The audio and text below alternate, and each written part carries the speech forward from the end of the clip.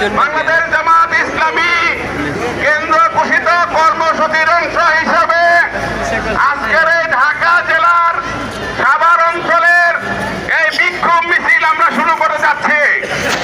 আজকের এই বিক্ষোভ মিছিলে সভাপতিত্ব করছেন বাংলাদেশ জামাত ইসলামী ঢাকা জেলার সম্মানিত আমির জননেতা মাওলানা দেলোয়ার হোসেন।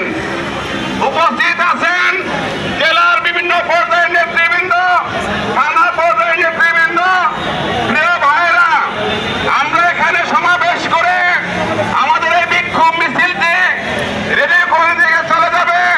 আমরা অত্যন্ত ধৈর্যের সাথে সুশৃঙ্খলার সাথে আজকের এই কর্মসূচি আমরা সফল করবো ইনশাআল্লাহ।